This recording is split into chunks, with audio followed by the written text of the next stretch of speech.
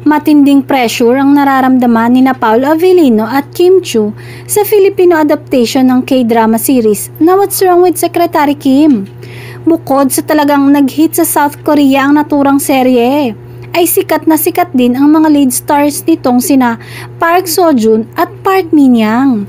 Sa naganap na Grand Media Con, natanong sina Kim at Paolo kung ano ang mga dapat abangan ng fans at kung may pressure silang nararamdaman sa nalalapit na pag-ere nito sa View Philippines. As proud Pinoy, maraming nilagay ang mga writers namin and everyone involved dito sa paggawa ng Secretary Kim, the Philippine version.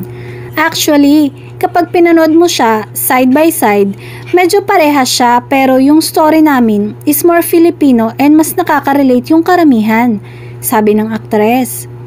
Para naman kay Paolo, palagi naman daw may pressure kapag may bago siyang project, lalo pat super successful ang What's Wrong with Secretary Kim. Siniguro rin ni Kim na maraming makaka-relate na madlang people sa Pinoy version ng What's Wrong with Secretary Kim. Habang ginagawa namin to, yung adaptation na to, it doesn't feel like work. Nakaka-proud at very happy with the outcome ng palabas na to, and of course, we're very excited and very happy. Yun lang masasabi ko. Kinakabahan of course, hindi naman mawawala yun. We're very excited and confident.